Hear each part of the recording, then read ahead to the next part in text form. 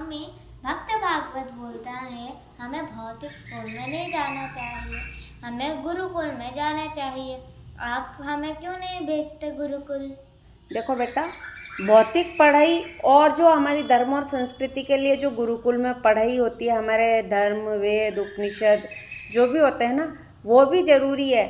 लेकिन इस भौतिक जगत में जब सारा ज़माना डिजिटल हो गया है और सब रॉकेट में बैठकर चांद पे जा रहे हैं, ऐसे समय में अगर हम यही सोचते रहेंगे कि हमें भौतिक पढ़ाई बिल्कुल नहीं करनी चाहिए, हमें भी गुरुकुल जाना चाहिए, तो ये बहुत गलत चीज़ हो जाती है। क्योंकि आज देखो हर किसी की जेब में मोबाइल मिलता है, तो यदि ऐसा होता और हम मंत्र पढ़ते और हवन में से एक मोबाइल निकल के आ जाता हवन कुंड में से, तो वो तो सतयुग की बातें थी जब हम ऐसा हवन करते थे और हमें जो चाहिए वो चीज़ मिल जाती थी।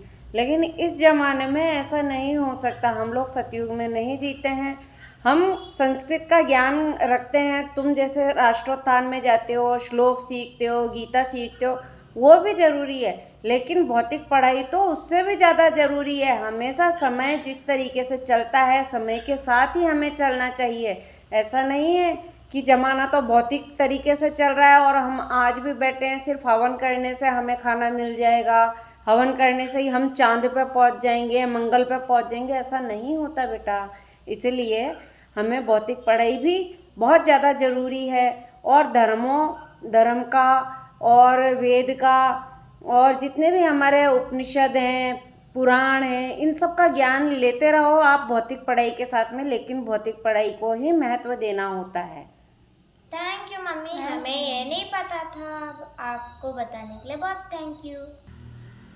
मम्मी, इस टेक्निकल ज़माने में भौतिक पढ़ाई बहुत ज़रूरी है। हाँ। अभी तुम्हें समझ में आ गया ना कि हमें अपने धर्म के साथ में हमारे कर्म के लिए भौतिक पढ़ाई भी बहुत ज़रूरी है।